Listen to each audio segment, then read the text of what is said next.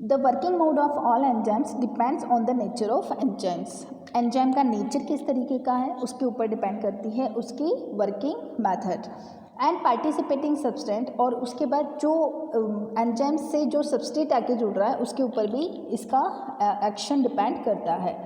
Initiation of enzymes activity and rate of enzyme activity is related to the formation of enzyme substrate complex। देखो सबसे पहले enzyme और substrate कौन है? जो रिएक्टेंट है, जो कि क्या करना चाहता है, रिएक्टिव बायोकेमिकल रिएक्शन में पार्टिसिपेट करता है। वो किससे आके जुड़ता है? एंजाइम से। उसको हम क्या बोलते हैं? सबस्ट्रेट। तो सबस्ट्रेट जब एंजाइम से जुड़ता है तो क्या बनता है? Enzyme substrate complex. क्या बनता है? Enzyme substrate complex. And for initiation the process by decreasing the activity और एक्टिवेशन एनर्जी। और एंजाइम क्या कर रहा है? एक्टिवेशन एनर्जी को क्या कर देता है? कम कर देता है, ताकि रिएक्शन जल्दी से हो पाए। Thus enzyme action can be understood by the following manner। Formation of enzyme substrate complex. तो एंजाइम और सबस्ट्रेट रिएक्ट करके क्या बनाएंगे? एक अनस्टेबल सब्सटेंस बनाएंगे, जिसको कि हम क्या बोलते हैं? एंजाइम सबस्ट्रेट कॉम्प्लेक्स बोलते हैं। नंबर 2, एंजाइम दूसरा और किस तरीके से काम करता है? Decreasing the activation energy. Activation energy को क्या कर देता है? कम कर देता है। तो नंबर 1 आता है हमारे पास formation of enzyme substrate complex. In all enzymes catalysed action first of all enzyme combine with the substrate. कोई सा भी एंजाइम है वो किससे रिएक्ट करेगा? सबस्ट्रेट से रिएक्ट करेगा और क्या बना लेगा? देखिए यहाँ पर सबस्ट्रेट और ये एंजाइम मिलकर क्या बना रहे हैं? एंजाइम सबस्ट्रेट कॉम्प्लेक्स, जो कि कैसा होता है? अनस्टेबल होता है। ठीक है। अब एंजाइम सबस्ट्रेट कॉम्प्लेक्स बन गया तो यहाँ पर क्या होगा? एंजाइम तो अलग हो जाएगा और सबस्ट्रेट अलग होकर, सबस्ट्रेट जब अलग होगा तो वो किस में चेंज हो चुका होगा? प्रोडक्ट में चेंज हो चुका होगा। ठीक है। तो यहाँ पर हम बात करते हैं सबसे पहले जो हमारे पास एंजाइम है उसकी एक्टिवेशन साइट होती है। एक्टिवेशन साइट पे कौन आके जुड़ता है? सबस्ट्रेट आके जुड़ता है। तो ये हो गया हमारे पास, ये है हमारे पास एंजाइम। ठीक है। और ये है इसकी एक्टिव साइट। ठीक है। इसी की तरीका जैसा एक्टिव साइट है लॉक एंड की मेथड की तरह होता है। ये जैसा एंजाइम है उसी तरीके का इसमें सबस्ट्रेट आके जुड़ता है। ठीक है। तो ये तो हो गया एंजाइम और ये हो गया हमारे पास सबस्ट्रेट। एंजाइम और सबस्ट्रेट मिलकर क्या बनाएंगे? एंजाइम सबस्ट्रेट कॉम्प्लेक्स, जो कि इंटरमीडिएट होता है, अनस्टेबल होता है। ठीक है। उसके बाद होता क्या है?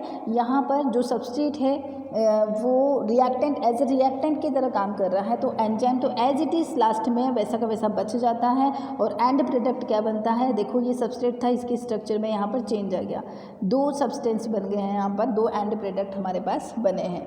तो इस तरीके से एंजाइम जो है वो एक्टिवेशन एनर्जी को कम करके क्या करवाता है? बायोलॉजिकल एक्टिविटी को प्रोसीड करवाता है।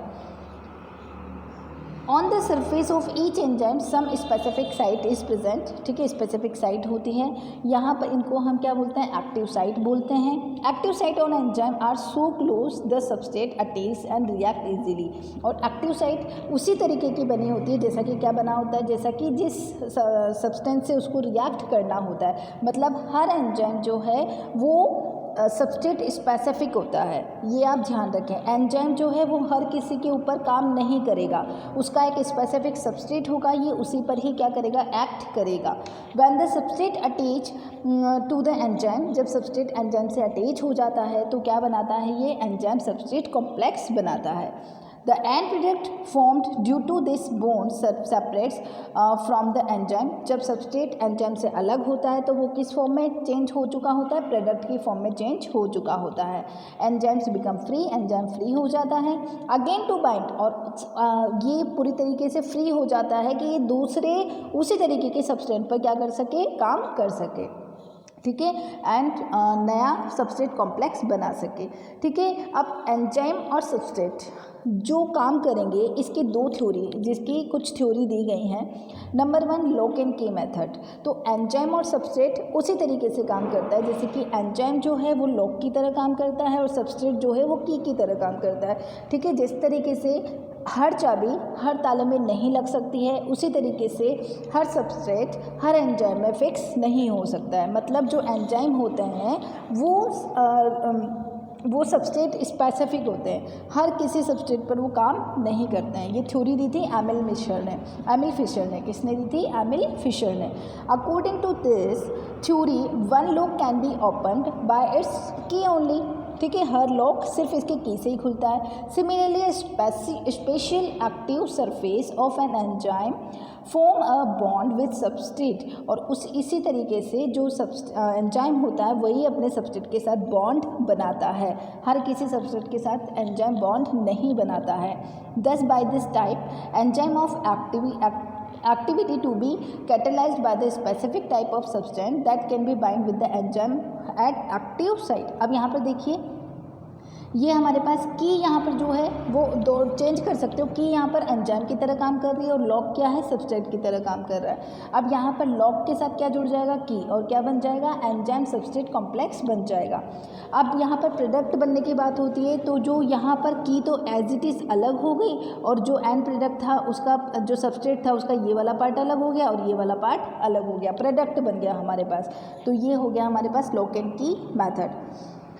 Induced fit theory. Induced fit theory क्या होता है? इंड्यूस्ड मतलब किसी चीज़ को हम प्रेरित करना। अगर इसके लिए हिंदी का एग्जैक्ट वर्ड चाहिए तो प्रेरित करना, मतलब कोई हमें क्या कर रहा है? इंड्यूस्ड कर रहा है। तो सबस्ट्रेट जो है वो क्या करेगा? एंजाइम के पास आएगा और एंजाइम से क्या बोलेगा कि तुम अपने स्ट्रक्चर को थोड़ा सा मोल्ड कर लो ताकि मैं तुम्हारे अंदर फिक्स हो जाऊँ, फिट हो जाऊँ मैं तुम्हारे अंदर। तो इसको बोलेंगे induced fit theory.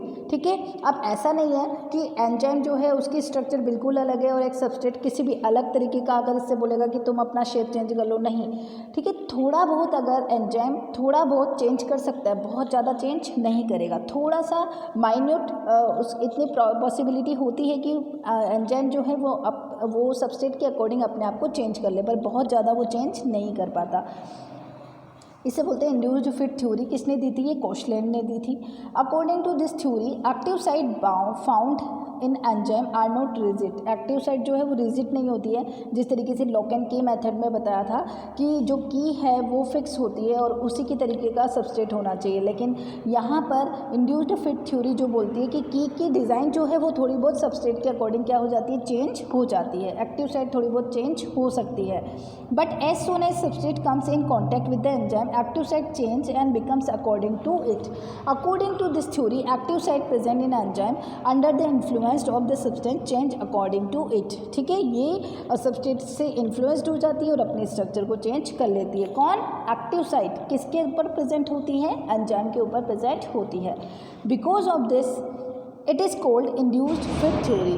It can be said that according to lock and key theory, active site of enzyme is not defined and rigid but changeable. Active site कैसी होती है? थोड़ी सी चेंजेबल होती है। Thus on the contact substrate the enzyme accommodate fit it, और इस तरीके की थोड़ा बहुत जब एंजाइम अपने आप को चेंज कर लेता है तो उसमें कौन फिट हो जाता है? सबस्ट्रेट फिट हो जाता है। ठीक है, और किस में चेंज हो जाता है? एंजाइम सबस्ट्रेट कॉम्प्लेक्स में चेंज हो जाता है। तो ये तो हो गई हमारे पास इंड्यूस्ड फिट थ्योरी। ठीक है, ये यहाँ पर देखिए आप, इस तरीके का स्ट्रक्चर था एंजाइम का, कुछ इस तरीके का, और यहाँ पर जो हमारे पास सबस्ट्रेट है वो ऐसा है। तो इसने एंजाइम्स ने अपनी स्ट्रक्चर चेंज कर ली और कौन फिट हो गया इसके ऊपर? सबस्ट्रेट फिट हो गया। और यहाँ पर ये दोनों ने क्या बनाया? एंजाइम सबस्ट्रेट कॉम्प्लेक्स बनाया और फिर क्या बना लिया? दोनों ने एंड प्रोडक्ट बना लिया। Lowering of activation energy. Activation energy जो है वो क्या हो जाती है? थोड़ी सी कम हो जाती है। किसके अकॉर्डिंग? एंजाइम जो है वो एक्टिवेशन एनर्जी को क्या कर देता है? कम कर देता है, और क्या बन जाता है? हमारे पास प्रोडक्ट बन जाता है। और यही मेन काम है किसका? एंजाइम का। The energy required for initiating the reaction is called activation energy. किसी भी बायोलॉजिकल एक्टिविटी को इनिशिएट करने के लिए जितनी एनर्जी की रिक्वायरमेंट होती है दैट इज़ एक्टिवेशन एनर्जी, और उसका अमाउंट जो है वो कौन कम कर देता है? एंजाइम कम कर देता है। ठीक है, दस in the presence of enzymes on lower activation energy substrate get converted into its and product. Okay, इसके बाद वाला हम नेक्स्ट लेक्चर में डिस्कस करेंगे।